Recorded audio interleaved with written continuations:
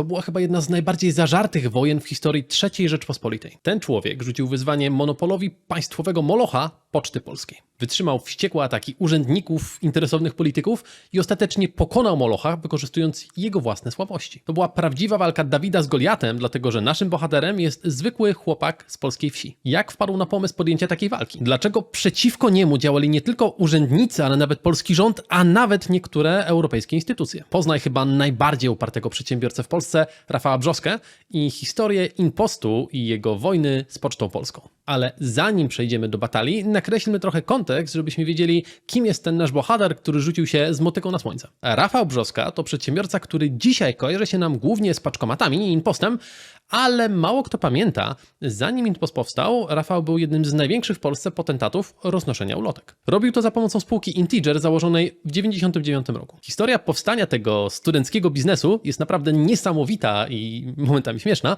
ale opowiem Ci o niej przy innej okazji, dlatego że na dzisiaj interesuje nas to, że Integer w pewnym momencie miał aż 50% rynku roznoszenia ulotek, zatrudniał do tego kilka tysięcy osób rozrzuconych po całej Polsce. Rafał Brzoska nie był z tego zadowolony. Dlaczego?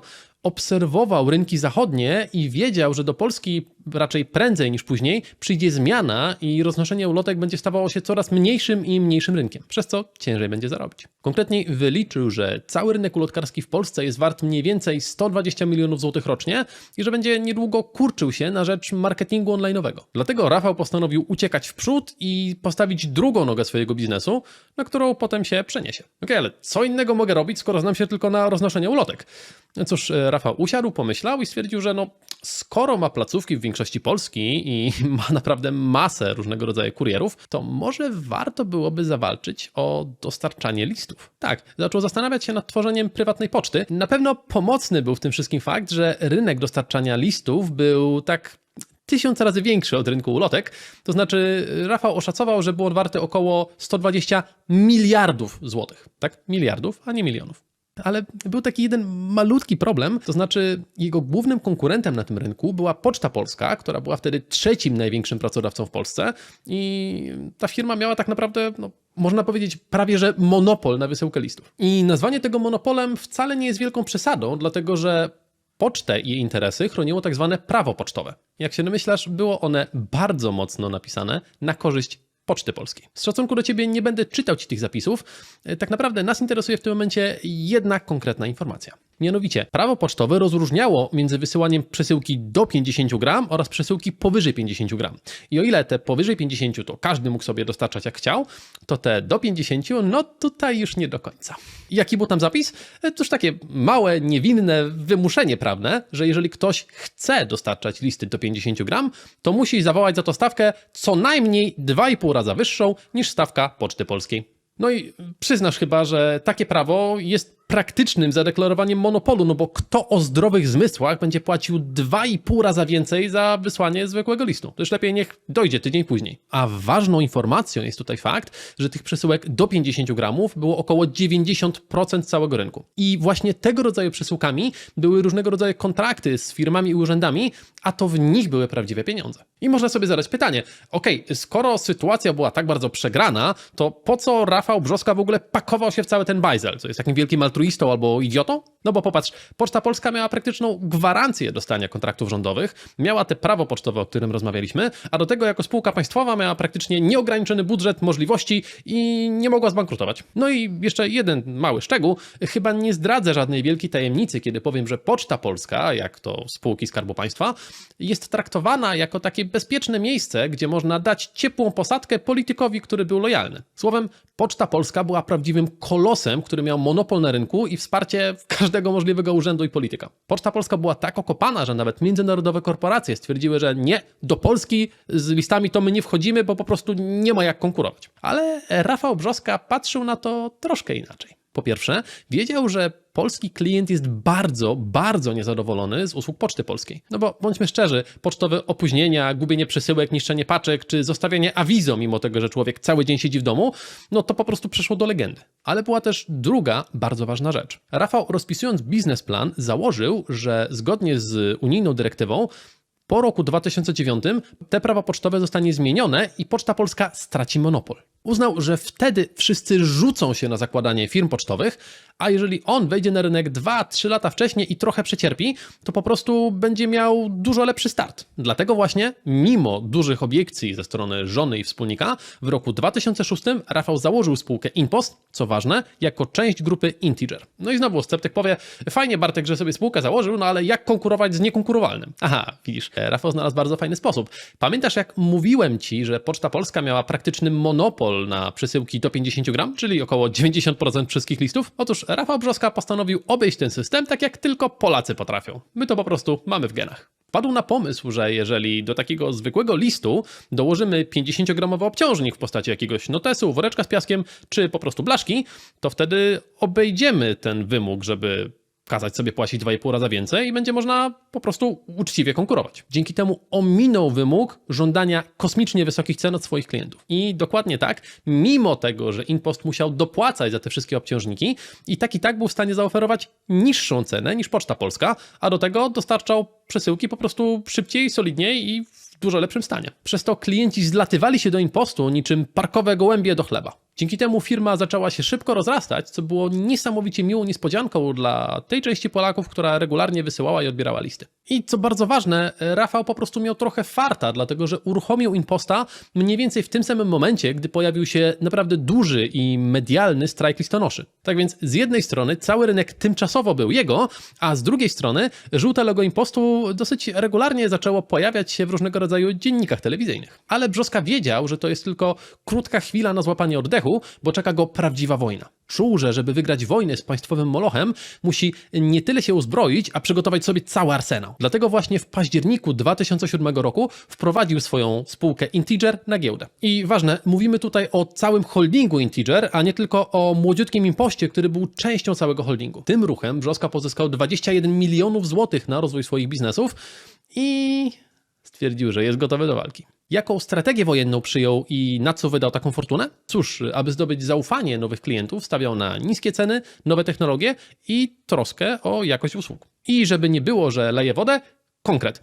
W roku 2007 InPost wprowadził na rynek elektroniczne sprawdzanie, co się dzieje z Twoją przesyłką. Zauważ, dziś dla nas to jest oczywiste, że możemy sobie wejść na stronę i zobaczyć, gdzie jest nasza paczka, ale wtedy to była zupełna innowacja. A tak w ogóle to Poczta Polska potrzebowała wielu lat, żeby załapać, że w sumie może warto byłoby wprowadzić coś takiego u nas. Taka prosta troska o wysoką jakość wykonywanej usługi w połączeniu z dużym negatywnym sentymentem rynku do Poczty Polskiej sprawiła, że ludzie po prostu bardzo sprzyjali InPostowi. A Brzoska nie tylko zdobywał serca, ale wykorzystywał też słabości swojego konkurenta przeciwko niemu samemu. Czasem w naprawdę medialny i momentami śmieszny sposób. Przykładowo wspólnie z redakcją Wprostu postanowił zrobić eksperyment i sprawdzić, ile czasu zajmuje nadanie paczki za pomocą Poczty Polskiej. Przygotował paczkę, zebrał odwagę i wszedł prosto w paszczę lwa, czyli na placówkę Poczty Polskiej, na której spędził 30 minut. Ale najlepsze dopiero przed nami, bo wychodząc z tej placówki, łapał się za głowę i nie dowierzał, jak dużo czasu trzeba poświęcić, żeby zrobić tak prostą rzecz, jak nadanie paczki. Ale tak naprawdę nie musiał robić takich akcji, mógł spokojnie usiąść sobie gdzieś na ławce w parku i wypić kawę,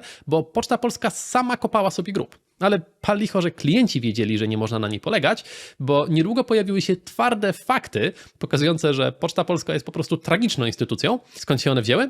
Z Najwyższej Izby Kontroli. A raport z nieprawidłowości, jakie NIK znalazł w Poczcie Polskiej, jest naprawdę śmieszny. Pozwól, że zacytuję Ci kilka nieprawidłowości, które zostały tam znalezione. W żadnym ze skontrolowanych oddziałów nie wywiązano się z terminów dostarczania wszystkich rodzajów przesyłek pocztowych. W 11 na 17 skontrolowanych oddziałach rejonowych kontrolerzy mieli zastrzeżenia do sposobu zabezpieczenia przesyłek. I wbrew pozorom nie chodzi o to, że ktoś kopał paczkę, jest gorzej. Brakowało przede wszystkim monitoringu wizyjnego lub technicznego zabezpieczenia obiektów. W efekcie przesyłki pieniężne kradziono lub gubiono, dokładnie tak krojono kasę, a paczki i listy ginęły lub bywały uszkadzane. W 2006 roku odnotowano 41 tysięcy takich przypadków, w 2007 50 tysięcy, a domyślasz się, potem tylko to rosło. Więcej.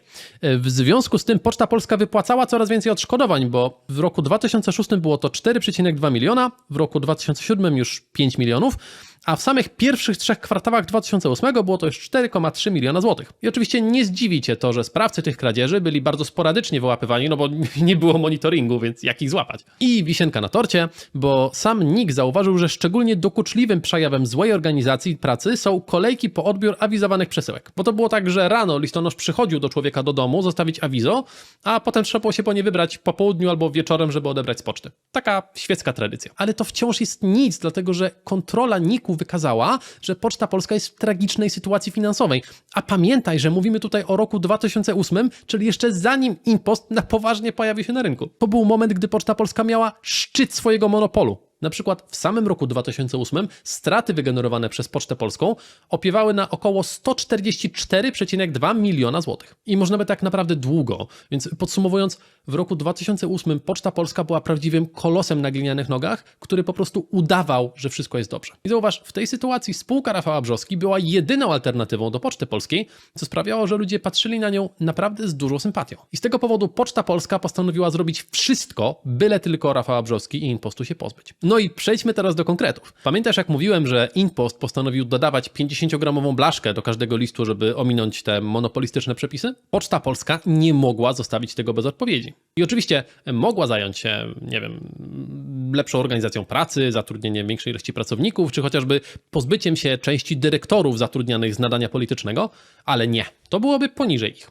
Zamiast tego poczta odpowiedziała na sposób zupełnie typowy dla spółek Skarbu Państwa, mianowicie pozwała InPost. Tak, batalie sądowe były absolutnie stałym elementem batalii między pocztą a InPostem. Przykładowo, Poczta Polska pozwała Integera do zapłaty 60,7 miliona złotych odszkodowania, bo tyle miała stracić na jednym tylko kontrakcie z samym TPS-a. Poczta twierdziła, że te blaszki to jest nielegalne, bo to służy do obchodzenia prawa i że w ogóle oddajcie nam nasze 60 milionów, które my mamy mieć. Bo tak, co na to Brzoska? Cóż, on powiedział, że on żadnych blaszek nie dokłada, to jego klienci proszą o to, żeby te blaszki dołożyć, to oni za to odpowiadają, a on tylko dokonuje normalnej usługi przekazania listu z punktu A do punktu B. I wiesz co? To zadziałało, bo jak powiedziała to prezes Urzędu Kontroli Elektronicznej, przyjęcie, przemieszczenie i doręczenie przez operatora przesyłki obciążonej przez jej nadawcę nie stanowi naruszenia ustawy Prawo pocztowej. Tak więc oficjalnie za blaszkę odpowiadał nadawca, a nie InPost, w związku z czym Brzoska był czysty. I śmieszna sprawa, bo te blaszki dzisiaj są pewnym symbolem, stały się kultowe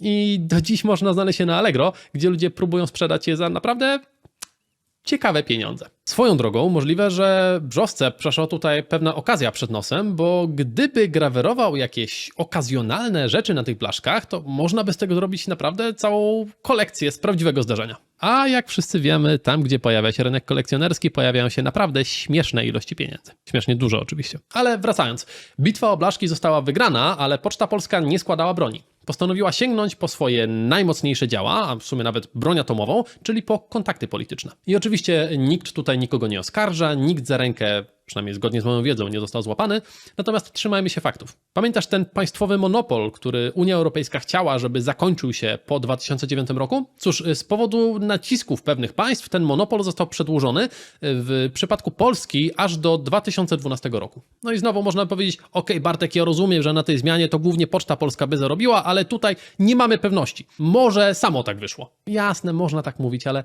Rafał Brzoska tak mocno zaszedł zarządowi Poczty Polskiej za skórę, że robili oni rzeczy, że tak powiem, na które w słowniku osoby kulturalnej po prostu brakuje słów. Przykład? Postanowili sfałszować wyniki ankiety, które InPost robił na swojej stronie. Serio, InPost zrobił na swojej stronie taką niewinną ankietę, gdzie zadawał pytanie: czy uważasz za słuszne przesunięcie terminu liberalizacji rynku pocztowego i utrzymanie monopolu Poczty Polskiej do końca 2012 roku? I pierwsze wyniki wskazywały, że aż 2/3 ankietowanych myślały, że tak, to dobrze dla państwa polskiego, że ten monopol utrzymaliśmy. Domyślasz się, że jest tu pewne ale. Otóż, gdy informatycy InPostu przyjrzeli się, skąd przyszły głosy, okazało się, że około 1500 z nich pochodzi z jednego adresu IP. Gdzie mieścił się ten adres IP? Otóż mieścił się on w Dyrekcji Okręgowej Poczty Polskiej we Wrocławiu, Kurtyna. Po usunięciu fałszywych głosów okazało się, że około 88% ankietowanych myśli, że nie, monopole to jednak wcale nie jest taka dobra rzecz. Innym sposobem, na który poczta uprzykrzała InPostowi życie, było to, że nie pozwalała InPostowi na dostęp do skrzynek pocztowych. Jak się domyślasz, dostęp do skrzynki jest dosyć kluczowy do dostarczania przesyłek. Z tego powodu Brzoska mocno wspierał produkcję i montaż tzw. euroskrzynek, do których był już ogólny dostęp. Ciągła walka zmuszała Brzoskę do wymyślania nowych, dziwnych rozwiązań, o których jego konkurencja nawet by nie pomyślała. Ale mimo to, że pracował po kilkanaście godzin dziennie, i tak tego było mało. W jednym z wywiadów Rafał przyznał, że całkowicie zaniedbał wtedy siebie i swoje życie rodzinne. A najgorsze wciąż przed nami, bo kroplą, która przywężyła czarę, było to, że InPost wygrał przetarg, który potem nigdy nie doszedł do skutku z powodów politycznych. Ale po kolei. Pod koniec 2013 roku InPost wygrał przetarg na dostarczanie listów od sądów i prokuratur. To był naprawdę niesamowity kąsek, bo jak się domyślasz, ilość listów była naprawdę spora. Stało się tak dzięki w końcu zakończeniu prawnej ochrony monopolu Poczty Polskiej i klienci po raz pierwszy mogli uczciwie wybrać, czy wolą Pocztę Polską, czy kogoś innego. I oczywiście woleli Rafała Brzoskę z niższymi cenami. I w ogóle ważna ciekawostka, nauczony poprzednimi doświadczeniami, Rafał Brzoska założył nową spółkę pod ten przetarg. Nazwał ją Polska Grupa Pocztowa, co śmieszne, zarejestrował ją na Cyprze i dopiero wtedy przystąpił do przetargu jako ta nowa spółka. Jeszcze do tego wrócimy. Oczywiście Poczta Polska odwoływała się od przyznania zlecenia InPostowi i wytoczyła kolejny pozew, bo co innego może zrobić państwowy moloch. Poczta argumentowała, że InPost nie jest w stanie wywiązać się z kontraktów, chociażby dlatego, że nie dysponuje siecią placówek w małych miejscowościach. Teoretycznie trochę prawdy w tym było, bo w mediach zaczęły pojawiać się różnego rodzaju zdjęcia i artykuły, że ludzie ze wsi po list sądu musieli wybrać się do kwiaciarni czy innego mięsnego. Brzoska ripostował, że po pierwsze dzięki temu listy są na czas i bez awizo, a po drugie to jest zupełnie normalna praktyka w części krajów zachodu. Ale jak się domyślasz, czarny PR zrobił swoje. Swoją drogą to jest dosyć częste, że w Polsce są ludzie, którzy z jednej strony myślą, że Zachód jest lepszy od nas, to jakieś mityczne, lepsze miejsce, a z drugiej strony, kiedy ktoś przynosi do Polski rozwiązania, które są na Zachodzie normą, to potem ludzie śmieją się jak głupi do sera, mówiąc, patrzcie jakie głupie. Jak chcesz, to mogę nagrać o tym kiedyś odcinek, bo jeden z fajnych przykładów to spółka Etnocafe, z którą sam mam sporo do czynienia. Ale bądźmy też uczciwi, część tych kąśliwych artykułów i zarzutów w stronę InPostu była prawdziwa, bo zdarzało im się nie dostarczyć listu, a jak się domyślasz, niedostanie listu od sądu może mieć naprawdę poważne konsekwencje. Chyba najbardziej medialnym przykładem tego, że InPostowi nie wyszło, jest historia pewnego podlaskiego rolnika, który przez to, że nie dostał listu, nie wiedział, że w rozprawie stracił 50 000 złotych. InPost twierdził, że zostawili awizo w bramie, no tylko taki problem, że to gospodarstwo nie miało bramy. Zdarzały się nawet przypadki odwoływania rozpraw, bo sędziowie nie mieli pewności, czy osoby wezwane w ogóle dostały wezwanie.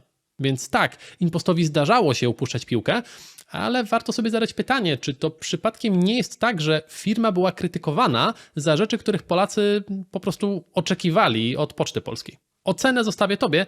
Z mojej perspektywy to trochę tak, że przyganiał kocioł garnkowi, że stoi w kuchni. W efekcie w 2016 roku InPost już nie wygrał ponownego kontraktu na wysyłanie tych sądowych przesyłek, ale on po prostu nie miał jak go wygrać. Dlaczego? Bo warunki konkursu na ten kontrakt zostały rozpisane w taki sposób, że tak naprawdę tylko Poczta Polska była w stanie je spełnić. Przykład, jednym z głównych kryteriów konkursowych było to, że spółka powinna mieć jak najwięcej osób zatrudnionych na umowie o pracę. No bo to jest oczywiste, że listonosz na etacie będzie rozwoził więcej listów i szybciej, prawda? Tak to działa. Ale nawet jeżeli założymy, że cały konkurs był rozpisany całkowicie uczciwie, to nie zmienia to faktu, że żeby dostać zlecenie, Poczta Polska po prostu postanowiła dać dumpingowe ceny. A domyślasz się, że to jest tak średnio legalne. Ale żeby być konkretnym, standardowo Poczta Polska za wysłanie listu wymagała opłaty 4,22 zł, natomiast w przetargu zaoferowała, cytuję, bodajże 1,37 zł. I znowu sceptyk powie, ale Bartek, to było w hurcie, więc to normalne, że było taniej. No nie, dlatego że 2 dni po zdobyciu kontraktu Poczta Polska zwróciła się z grzeczną prośbą, żeby może jednak te złoty 37 to renegocjować i zrobić wyższą cenę, bo ładnie proszą. Ale wciąż nawet ta afera nie była gwoździem do trumny InPostu. Była tym absolutna bezczelność urzędników, którzy w pewnym momencie po prostu przestali udawać. Zaczęli otwarcie faworyzować pocztę i robić pod górkę InPostowi. Otóż w 2014 roku InPost, a konkretnie jego kolejna spółka córka zwana Bezpieczny List, wygrała przetarg na obsługę korespondencji instytucji rządowych. Konkretnie było to Centrum Usług Wspólnych o wartości około 33 milionów złotych. InPost spełniał wymagania, zaoferował niższą cenę, więc tak naprawdę wszystko powinno być oczywiste. Zlecenie jest ich, prawda? No niestety nie. Do podpisania umowy nigdy nie doszło, a wygrany kontrakt unieważniono. Dlaczego? Bo tak. Przepraszam, to nie tak, że od tak ten kontrakt zamknięto. Według przedmiotu otwierającego przetarg, cytuję, pojawił się dowód potwierdzający brak interesu publicznego w wykonaniu zamówienia. Nie było tam żadnych większych konkretów, natomiast minister Andrzej Halicki zapytany o tę sprawę mówił, że nie jest zadowolony z poziomu usług, jakie InPost świadczy przy obsłudze wygranego wcześniej przetargu sądowego i chciał, tutaj cytuję, zlikwidować patologię na rynku pocztowym. No bo to przecież patologia, że państwowy moloch nie ma już gwarancji monopolu, prawda? Pechowo w tym czasie odbywały się także wybory parlamentarne i wbrew pozorom to ma naprawdę dużo wspólnego z wysyłaniem listów. Dlaczego? Dziesiątki tysięcy pracowników poczty po prostu były naprawdę dużą i ważną grupą wyborców. Dlatego politycy zadbali o ich interesy, a po dojściu do władzy rząd stwierdził, że w sumie to od teraz wszystkie zlecenia z instytucji państwowych muszą być realizowane przez Pocztę Polską, bo tak. Brzostka wielokrotnie odwoływał się od tych decyzji i co bardzo ważne, uzyskał w sumie aż 14 prawomocnych wyroków sądowych, które nakazywały podpisanie z nim umowy. No tylko co z tego, jeżeli sąd mówił jedno, ale nikt z nim tych umów nie podpisywał? Bo nie. I tak, w takim cywilizowanym państwie prawa Brzostka mógłby liczyć na naprawdę astronomiczne odszkodowania, ale tutaj polski aparat urzędniczy postanowił po prostu wziąć Brzostkę na przeczekanie i poczekać, aż zabankrutuje. Polskie urzędy zadziałały zgodnie ze starą i sprawdzoną metodą pod tytułem Nie mamy pańskiego płaszcza i co pan nam zrobi?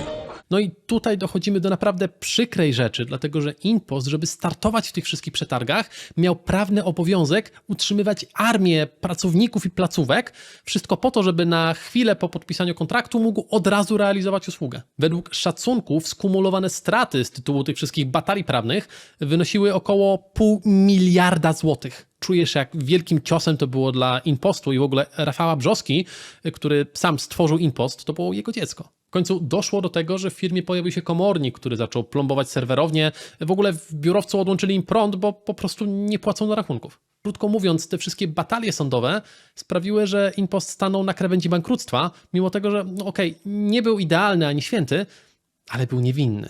Aby ratować sytuację, Brzostka wyprzedawał sprzęt za grosze, zamykał oddziały w małych miastach i zapowiedział masowe zwolnienia. W ogóle to, żeby dać spółce trochę przestrzeni na oddychanie, to on wtedy zastawił własny dom, ale co z tego, skoro sytuacja i płynność finansowa była tak zła, że menadżerom Brzostka wypłacał pensję nie dość, że z 2-miesięcznym opóźnieniem, to jeszcze w 10 ratach. To wszystko sprawiło, że w ciągu roku akcje z holdingu Integer spadły o 60% z 300 zł do raptem 40. Sytuacja była coraz gorsza, zbliżały się kolejne terminy spłaty kredytów, obligacji, no i oczywiście wypłaty pensji, więc Brzostka musiał podejmować naprawdę trudne decyzje. Żeby ratować cały holding, podjął decyzje, które wypominano mu jeszcze przez lata, a niektórzy pamiętają mu je do dziś. Co zrobił? Ogłosił, że wycofuje się z rynku wysyłki listów. Ale więcej, 2 dni przed terminem wypłaty pensji postanowił sprzedać spółkę, która zajmowała się listami. Mówimy tutaj o spółce Bezpieczny List, czyli tej, która miała obsługiwać te wszystkie wielkie kontrakty. Ta spółka została za symboliczne 10 tysięcy złotych sprzedana spółce o nazwie TennesOne. Podobno nowy inwestor miał wziąć tę spółkę, zaopiekować się pracownikami, zrobić restrukturyzację, wypłacić pensje i tak dalej, ale nigdy do tego nie doszło. I w ogóle można stwierdzić, że do tego nigdy nie miało dojść, dlatego że spółka TennesOne miała kapitał zakładowy w wysokości 10 tysięcy złotych, a prezes porozumiewał się ze swoimi pracownikami jedynie przez maila oraz Facebooka. Prezes początkowo twierdził, że uratuje spółkę poprzez podpisanie kontraktu. Nie zgadniesz z kim? Z Pocztą Polską. Chciał świadczyć poczcie usługi outsourcingowe. Jednak niedługo później, dosłownie z dnia na dzień, zwolnił wszystkich pracowników, oczywiście nie wypłacając im pensji. Niedługo później sprzedał spółkę Bezpieczny List do jeszcze innej firmy, tym samym przekreślając możliwość odzyskania przez pracowników ich zaległych pensji. W ten oto sposób państwowy moloch zabił spółkę i niektórzy twierdzą, że wygrał wojnę. Skutek był łatwy do przewidzenia. Rozgoryczeni pracownicy i media rzucili się na Brzostkę i wypisywali o nim wszystko, co można najgorsze. Media mocno podgrzewały atmosferę, do tego stopnia, że politycy partii Razem postanowili ogłosić, że ten InPost to w ogóle trzeba pozwać, no bo jakim prawem ich koledzy najpierw chcieli uwalić spółkę, a potem ta spółka nie ma pieniędzy. No bo jedno jest pewne, gdybyśmy wprowadzili prawdziwy socjalizm, taki o jakim mówi partia Razem, to do takich rzeczy nigdy by nie dochodziło. Sytuacja była tak napięta, że Rafał Brzoska, który do tej pory uwielbiał pojawiać się na różnego rodzaju wystąpieniach i konferencjach, odwołał kilka swoich wystąpień i wykładów i na jakiś czas po prostu znikł z mediów. Całe szczęście pracownicy ostatecznie dostali swoje pensje, wypłacił je Fundusz Gwarantowanych Świadczeń Pracowniczych, natomiast niesmak został i ludzie jeszcze długi czas wypominali Brzosce, że zostawił swoich ludzi na lodzie, mimo tego, że z tego co wiem, naprawdę próbował zrobić dla nich tyle, ile tylko mógł. I nie mówię tego lekko, dlatego że gdy Rafał stanął już na nogi w roku 2008, postanowił wziąć kredyt na niebagatela 14,8 miliona, żeby odkupić spółkę Bezpieczny List. Dlaczego to zrobił?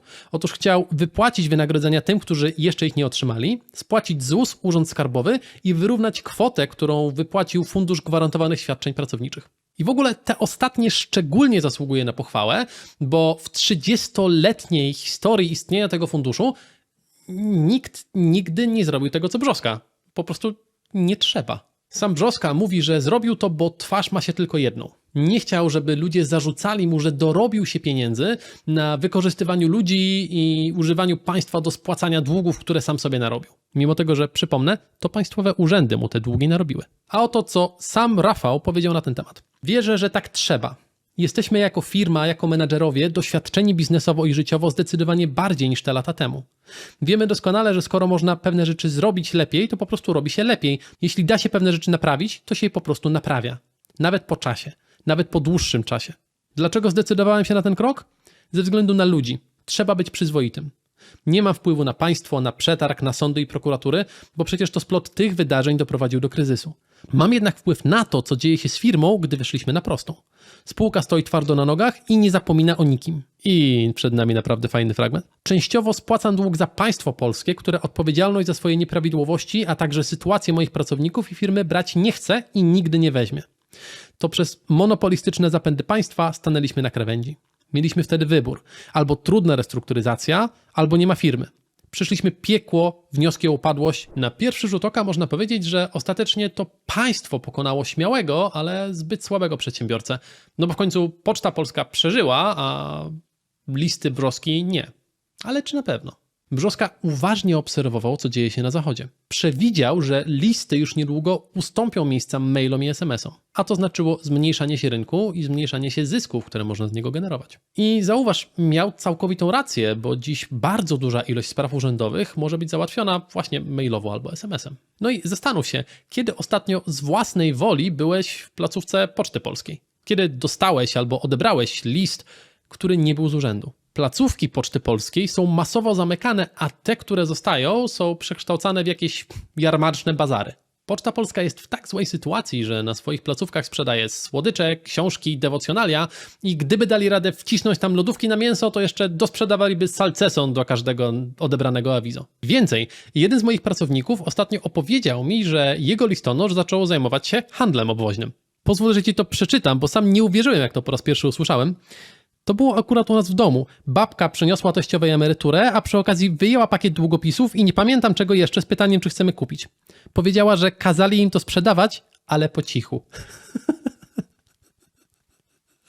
Pozwól, że pozostawię to bez komentarza, bo nawet nie wiem, jak to skomentować. A co z Brzoską i impostem? Cóż, żyją. I to jak? Przegrał z Pocztą wojnę o listy, ale wygrał o paczki.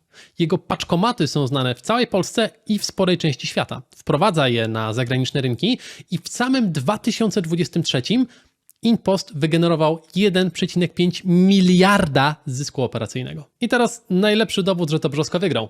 Poczta Polska próbowała skopiować jego paczkomaty i postawiła własną pocztową wersję. I ludzie żartowali, że jak Poczta Polska stawia paczkomat, to w środku będzie można pójść dostać awizo. Zaczęło się to jako żart, ale naprawdę mogłeś wybrać się do paczkomatu tylko po to, żeby znaleźć w nim awizo. Raz jeszcze bez komentarza, bo nie mogę powiedzieć nic więcej, żeby ta sytuacja była jakkolwiek śmieszniejsza. Z historii Rafała Brzoski możemy wyciągnąć kilka wniosków. Po pierwsze, czasem wystarczy, że będziesz kopiował od zachodu. Zauważ, ważnym elementem biznesów Rafała było po prostu patrzenie, co się dzieje na zachodzie. Bo fakty są takie, że Polska przechodzi przez łudząco podobne rzeczy jak Zachód, Europa i USA, po prostu do nas dociera to z paroletnim opóźnieniem. W związku z czym, jeżeli zauważysz jakiś fajny, rokujący trend na Zachodzie, to wystarczy, że go przekopiujesz i wstawisz do Polski. I najlepszym dowodem na to jest fakt, że sam paczkomat nie był pomysłem Rafała Brzoski. On to po prostu znalazł w firmie bodajże w Niemczech. Drugi wniosek: w biznesie zawsze zabezpieczaj się tak bardzo, jak tylko możesz. Pamiętasz, jak mówiłem, że Rafał Brzoska założył spółkę na Cyprze, żeby móc w bezpieczny sposób pracować z polskimi urzędami?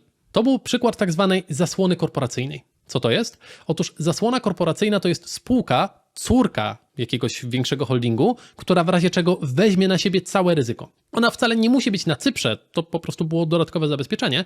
Chodzi o to, że w sytuacji, w której pojawią się jakieś problemy prawne albo duże zadłużenia, bo nie wiem, strzelam, może ktoś ci wytoczył serię nieuczciwych procesów, jeżeli do tego dojdzie, możesz po prostu zamknąć tę spółkę, która sobie nie radzi, a cała reszta holdingu będzie bezpieczna. Jeżeli ułożysz strukturę składającą się z takich zasłon korporacyjnych, okaże się, że jeżeli któraś ma problemy, to możesz ją po prostu odciąć jak kończynę z gangreną i wiesz, że problemy nie rozprzestrzenią się na całą resztę ciała. Zauważ, że Rafał dokładnie tak zrobił.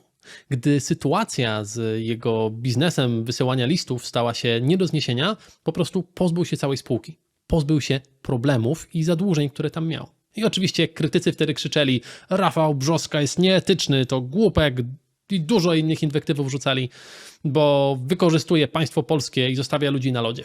Ale zauważ, on pozbył się problemu po to, żeby skupić się na biznesie, który naprawdę przynosił mu pieniądze. I kiedy zarobił prawdziwe pieniądze, wrócił do spółki, którą sprzedał i zatroszczył się o wszystkich ludzi, których wtedy zostawił. Dzięki temu, że stosował zasłonę korporacyjną, po prostu miał szansę zostać w grze, zamiast całkowicie zbankrutować. Trzeci wniosek, który warto wyciągnąć od Rafała, to to, że po prostu zawsze się da. Zwłaszcza jeżeli masz w sobie odrobinę polskiej skłonności do kombinowania. Zauważ, on nie tylko stworzył cały holding, w ogóle wprowadził go na giełdę, on walczył z państwowym molochem jak równy z równym przez naprawdę długie lata. No bo popatrz, jeżeli przez tyle lat udało mu się jak równy z równym walczyć z państwowym molochem i skończył mając spółkę robiącą 1,5 miliarda złotych rocznego zysku, no to w Polsce naprawdę da się zrobić dobry i zyskowny biznes. No i oczywiście można mówić, że w innych krajach jest łatwiej, no ale słuchaj, fakty są takie, że albo będziemy emigrowali z Polski i pójdziemy do tych krajów, gdzie jest łatwiej, albo po prostu stwierdzimy: ok, może nie jest idealnie, ale zróbmy najlepsze, co możemy z tym, co mamy. Bo uwierz mi, naprawdę mamy bardzo dużo. Warto to docenić. Rafał Brzoska w pięknym stylu pokazuje, że w Polsce po prostu da się robić naprawdę fajny biznes. Rafał w ogóle jest krynicą biznesowej mądrości i inspiracji. Tak, nie jest idealny, ale jego historia jest pełna naprawdę szokujących i błyskotliwych posunięć, o których ktoś inny mógłby po prostu nie pomyśleć. Do tego Rafał jest po prostu zwykłym, prostym chłopakiem ze wsi, który zaczynał tak samo jak ty albo ja. Jak sobie z tym poradził? Jak już na studiach założył biznes, który potem zatrudniał prawie cały jego akademik? Jak wpadł na pomysł założenia spółki, która stała się wielomiliardowym kolosem? I jak na inne sposoby grał na nosie swoim konkurentom? Jeśli chcesz znać odpowiedzi na te pytania, to daj mi łapkę w górę, subskrypcję i daj znać w komentarzu, bo z przyjemnością nagram dla ciebie odcinek, w którym pokażę, jak wygrywać z konkurencją, również tą nieuczciwą.